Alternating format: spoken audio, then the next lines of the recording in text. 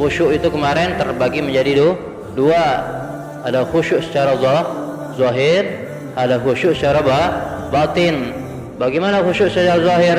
Kita menjaga anggota badan kita jangan sampai bergerak gerakan yang tidak ada di dalam rukun salat. Kita jaga, jangan kita bergerak, jangan kita menoleh kanan, menoleh ke kiri, menoleh yang sesuatu yang tidak ada manfaatnya ke kita ketika kita sholat. Itu menandakan secara zahirnya kita tidak khusyuk. Kalau secara zahirnya kita tidak khusyuk, maka apalagi secara batinnya. Maka apa yang tampak di zahir, maka juga akan mentampak juga daripada batinnya. Kalau secara zahir dia tidak tenang, tidak khusyuk, maka apalagi secara batinnya jauh dia akan khusyuk di dalam dia melakukan sholat.